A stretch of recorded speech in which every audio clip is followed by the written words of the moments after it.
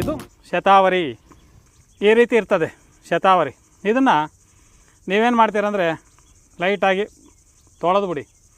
ತೊಳೆದ್ಬಿಟ್ಟು ನೆರಳಲ್ಲಿ ಒಣಗಿಸ್ಕೊಳ್ಳಿ. ಒಣಗಿಸ್ಕೊಂಡ್ರೆ ತುಂಬ ಅದ್ಭುತವಾಗಿರ್ತಕ್ಕಂಥ ಮೂಲಿಕೆ ಇದು. ನೋಡಿ, ನೋಡೋದಕ್ಕೆ ಚಿಕ್ಕದಾಗಿದೆ ಗಿಡ. ನೋಡಿ, ಇನ್ನೂ ಇದ್ದಾವೆ, ಎಳಿತಾ ಇದ್ದರೆ ಬರ್ತಾನೇ ಇರ್ತವೆ. ಈ ಸುತ್ತಮುತ್ತ ಎಲ್ಲ ಹರಡ್ಕೊಂಡಿರ್ತವೆ. ಇದು ನೋಡಿ, ಇಷ್ಟಿಷ್ಟು ಉದ್ದ ಇರ್ತವೆ. ನಾವು ಸಣ್ಣದಾಗಿ ಎಳೆದಿರೋದ್ರಿಂದನೇ ಅಷ್ಟು ಮಾತ್ರ ಬಂದಿದೆ.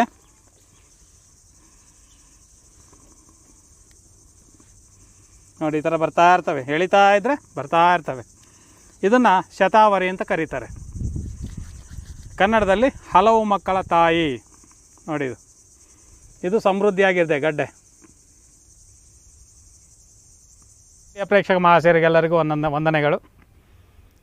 ನನ್ನ ಹೆಸರು ಡಿ ಜಿ ರವಿಕುಮಾರ್. ನಾನು ಗುರು ಪರಂಪರೆಯಿಂದ ವಿದ್ಯೆ ಕಲಿತು, ಗುರುಗಳ ಮುಖೇನ ಬಹಳಷ್ಟು ವಿದ್ಯೆಗಳು ಕಲಿತು ಯಾವ ಗಿಡಮೂಲಿಕೆಗಳಲ್ಲಿ ಯಾವ ಅಂಶಗಳಿದ್ದಾವೆ ಅನ್ನೋದನ್ನು ತಿಳಿಸ್ಕೊಡ್ತಾ ಬರ್ತೀನಿ. ನಿಮ್ಮ ಸುತ್ತಮುತ್ತ ಅಂದರೆ ಹಳ್ಳಿಗಳಲ್ಲಿ ಇರ್ತಕ್ಕಂಥವ್ರಾಗ್ಬೋದು, ಬೆಟ್ಟ ಗುಡ್ಡಗಳಲ್ಲಿ ಇರ್ತಕ್ಕಂಥವ್ರಾಗ್ಬೋದು, ನಿಮ್ಮ ಸುತ್ತಮುತ್ತಲಿನ ಪ್ರದೇಶಗಳಲ್ಲಿ ಬಹಳಷ್ಟು ಮೂಲಿಕೆಗಳಿದ್ದಾವೆ. ಅದು ಯಾವುದು ಅನ್ನೋದನ್ನು ನಾನು ಒಂದೊಂದಾಗಿ ತಿಳಿಸ್ತಾ ಇರ್ತೀನಿ. ಅದು ಏನು ಕೆಲಸ ಮಾಡ್ತದೆ ಅಂತಲೂ ತೋರಿಸ್ಕೊಡ್ತಾ ಇರ್ತೀನಿ. ನೋಡಿ, ಇವತ್ತಿನ ವಿಷಯಕ್ಕೆ ಬಂದರೆ ಬಹಳಷ್ಟು ಜನ ನರಗಳ ದೌರ್ಬಲ್ಯದಿಂದ ಬಳಲ್ತಾ ಇರ್ತಾರೆ. ನರಗಳ ದೌರ್ಬಲ್ಯ ಅಂತಂದರೆ ಒಂದು ಎರಡಲ್ಲ, ಆ ರೀತಿ ಬಹಳಷ್ಟು ನರಗಳ ದೌರ್ಬಲ್ಯದಿಂದ ಸಮಸ್ಯೆಗಳಿಂದ ಬಳಲ್ತಾ ಇರ್ತಾರೆ. ಅಂಥವರು ಏನು ಮಾಡಬೇಕು, ಯಾವ ಗಿಡಮೂಲಿಕೆ ನಮಗೆ ನಮ್ಮ ಸಮಸ್ಯೆಯನ್ನು ಬಗೆಹರಿಸ್ತದೆ ಅನ್ನೋದನ್ನು ನೀವು ತಿಳ್ಕೋಬೇಕು ಅಂತಂದರೆ ಇವತ್ತಿನ ವಿಷಯ ನೋಡಿ, ಶತಾವರಿ ಅಂತ ಕರಿತೀವಿ. ಶತಾವರಿ ಅಂದರೆ ಶತ ಅಂದರೆ 100, ಆವರಿ ಅಂದರೆ 100 ಗಡ್ಡೆಗಳನ್ನು ಈ ಒಂದು ಗಿಡದಲ್ಲಿ, ಅಂದರೆ 100ಕ್ಕಿಂತ ಹೆಚ್ಚು ಗಡ್ಡೆಗಳು ಇದರಲ್ಲಿ ಇರ್ತದೆ. ಅಂದರೆ ಕನ್ನಡದಲ್ಲಿ ಹೇಳಬೇಕು ಅಂದರೆ ಅದನ್ನು ಹಲವು ಮಕ್ಕಳ ತಾಯಿ ಅಂತ ಕರೀತಾರೆ. ಯಾಕೆ ಕಾರಣ ಏನು ಅಂತಂದರೆ, ಈ ಗಿಡ ನೋಡಿದು, ಇದು ಶತಾವರಿ. ಇದು ಕಾಡುಗಳಲ್ಲಿ ಬೇಲಿಗಳ ಮೇಲೆ ಬಹಳಷ್ಟು ಜನಗಳು ನೋಡಿರ್ತಾರೆ. ಆದರೆ ಇದು ಯಾವುದೋ ಮುಳ್ಳು ಗಿಡ ಅಂಥೇಳಿ ಸೈಲೆಂಟಾಗಿ ಹೊಂಟ್ಬಿಡ್ತಾರೆ. ಆದರೆ ಇದರ ಬುಡ ಇದೆ ನೋಡಿ, ಎಲ್ಲ ಮುಳ್ಳೇ ಇದೆ. ಈ ಬುಡನ ಒಳಗಡೆ ಅಗದ್ರೆ ಬಹಳಷ್ಟು ಗಡ್ಡೆಗಳು, 1, 2, 3 ಅಲ್ಲ, ಕನಿಷ್ಠ ಅಂದ್ರೂ 100ರ ಮೇಲ್ಪಟ್ಟು ಸಣ್ಣ ಸಣ್ಣ ಗಡ್ಡೆಗಳಾಗಿ ಇಷ್ಟುದ್ದಾಗ ಹೋಗಿರ್ತದೆ ಭೂಮಿ ಒಳಕ್ಕೆ. ಇದನ್ನು ಶತಾವರಿ ಅಂತ ಕರೀತಾರೆ. ಇದನ್ನು ನಾವು ಏನು ಮಾಡಬೇಕು ಅಂತಂದರೆ, ಇದನ್ನು ಪೂರ್ತಿ ಗಡ್ಡೆಗಳು ಅಗದ್ಬಿಟ್ಟು ತಗೊಬಂದು ನೆರಳಾಗಿ ಒಣಗಿಸ್ಕೋಬೇಕು.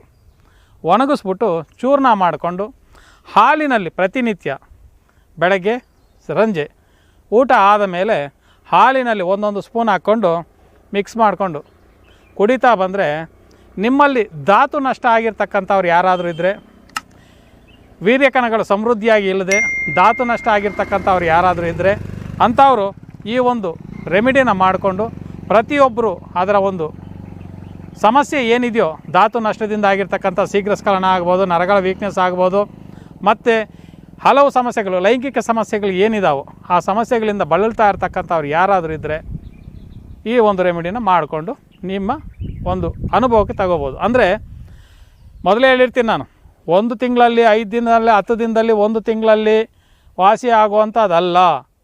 ನೀವೇನು ಮಾಡಿರ್ತೀರ ಅಂತಂದರೆ, ಬಹಳಷ್ಟು ದಿನಗಳಿಂದ ಆ ಸಮಸ್ಯೆಯನ್ನು ಹಂಗೆ ಇಟ್ಕೊಂಬಂದಿರ್ತಾರೆ ಸ್ಟಾಕ್ ಮಾಡ್ಕೊಂಡು. ಈಗ ಅದು ಹೆಚ್ಚಾದಾಗ ನನ್ನ ಸಮಸ್ಯೆ ಜಾಸ್ತಿ ಆಗೋಯ್ತು ಅಂತೇಳಿ ಹುಡ್ಕಾಡೋಕೆ ಹೋಗ್ತಾಯಿದ್ದೀರ. ಅದು ಏನು ಮಾಡಬೇಕು ಅಂತಾರೆ, ಕನಿಷ್ಠ ಅಂದರೆ 3ರಿಂದ 4 ತಿಂಗಳು ಬೇಕು. ನಿಮ್ಮ ದೇಹದಲ್ಲಿ ಮತ್ತೆ ಚೇತನಗೊಳ್ಳಬೇಕು, ನರಗಳೆಲ್ಲ ಧಾತು ಸಮೃದ್ಧಿಯಾಗಿ ಬೆಳೀಬೇಕು. ಈಗ ಸಿಂಪಲಾಗಿ ಒಂದು ರೆಮಿಡಿ ಹೇಳ್ತೀನಿ ತಗೊಳ್ಳಿ. ಏನು ಅಂತಂದರೆ, ಸಿಂಪಲಾಗಿ ಒಂದು ಟ್ರಿಕ್ಸು ಏನು ಅಂತಂದರೆ, ಅದು ಏನು ಅಂತಂದರೆ, 1 ಕಣ ವೀರ್ಯ ಉತ್ಪತ್ತಿ ಆಗಬೇಕಾದ್ರೆ ನಮ್ಮ ದೇಹದಲ್ಲಿ ಬಲಿಷ್ಠವಾದ ಆಹಾರ ಪದಾರ್ಥಗಳನ್ನು ಚೆನ್ನಾಗಿ ತಿಂತಾ ಇದ್ರೂ 40 ದಿನ ಬೇಕು 1 ತೊಟ್ಟು ವೀರ್ಯಕಣ ಉತ್ಪತ್ತಿ ಆಗಬೇಕಾದ್ರೆ. ಅಲ್ಲಿಗೆ ನೀವು ಅರ್ಥ ಮಾಡ್ಕೊಳ್ಳಿ, ನಿಮ್ಮ ದೇಹನ ಎಷ್ಟು ನೀವು ಹಸ್ತಪ್ರಯೋಗಗಳಿಂದ ಆಗ್ಬೋದು, ಯಾವುದರಿಂದನೂ ನಿದ್ದೆಯಲ್ಲಿ ಮೂತ್ರದಲ್ಲಿ ಹೋಗೋದಾಗ್ಬೋದು, ನಿದ್ದೆಯಲ್ಲಿ ಹೋಗೋದಾಗ್ಬೋದು, ವೀರ್ಯಕಣ, ಕೆಲವರು ಹೇಳ್ತಾರೆ ಸ್ವಪ್ನ ಸ್ಖಲನ ಅಂತ, ಈ ರೀತಿ ಆಗ್ಬೋದು. ಇಂಥ ಸಮಸ್ಯೆಗಳು ಯಾರು ಬಳಲ್ತಾ ಇರ್ತೀರೋ ನೀವು ಅರ್ಥ ಮಾಡ್ಕೊಳ್ಳಿ, 1 ಹನಿ ಉತ್ಪತ್ತಿ ಆಗಬೇಕಾದ್ರೆ 40 ದಿನ ಬೇಕು. ಅದನ್ನು ಯಾವ ರೀತಿ ಸಂರಕ್ಷಣೆ ನೀವು ಮಾಡ್ಕೊತೀರೋ ಅಷ್ಟು ಅದ್ಭುತವಾಗಿ ನಿಮ್ಮ ದೇಹ ರಚನೆ ಆಗುತ್ತೆ. ನಿಮಗೆ ಹುಟ್ಟತಕ್ಕಂಥ ಮಕ್ಕಳು ಅಷ್ಟೇ ಆರೋಗ್ಯಕರವಾಗಿರ್ತಾರೆ. ನೀವು ಯಾವತ್ತು ಈ ಅತಿ ಸಂಭೋಗ ಆಗ್ಬೋದು, ಮದುವೆಗೆ ಮೊದಲೇ ಕೆಲವರು ಏನು ಮಾಡ್ತಾರೆ ಅಂದರೆ ಅತಿ ಸಂಭೋಗ ಇರ್ತಾರೆ. ಇವರಿಗಿನ್ನ ಹೆಚ್ಚಿಗಿರ್ತಕ್ಕಂಥ ಸ್ತ್ರೀಯರ ಜೊತೆ ಸಂಪರ್ಕ ಇಟ್ಕೊಂಡಿರ್ತಾರೆ. ಅಂದರೆ ವಯಸ್ಸಲ್ಲಿ ಹೆಚ್ಚಿನ ವಯಸ್ಸಿರ್ತಕ್ಕಂಥ ಸ್ತ್ರೀಯರ ಜೊತೆ ಸಂಪರ್ಕ ಇಟ್ಕೊಳ್ಳೋದಾಗ್ಬೋದು.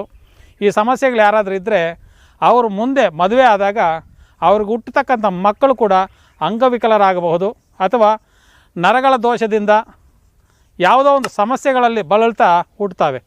ಅಂಥ ಸಮಸ್ಯೆಗಳು ಹೋಗಬಾರ್ದು ಅಂದರೆ ನೀವು ಆದಷ್ಟು ನಿಮಗಿರ್ತಕ್ಕಂಥ ಧಾತುನ ಸುರಕ್ಷಿತವಾಗಿಟ್ಕೋಬೇಕು ಅಂತೇಳಿ ನಾನು ಹೇಳ್ತಾ ಈ ಒಂದು ವಿಡಿಯೋ ಮುಗಿಸ್ತಾ ಇದ್ದೀನಿ. ನಮಸ್ಕಾರ.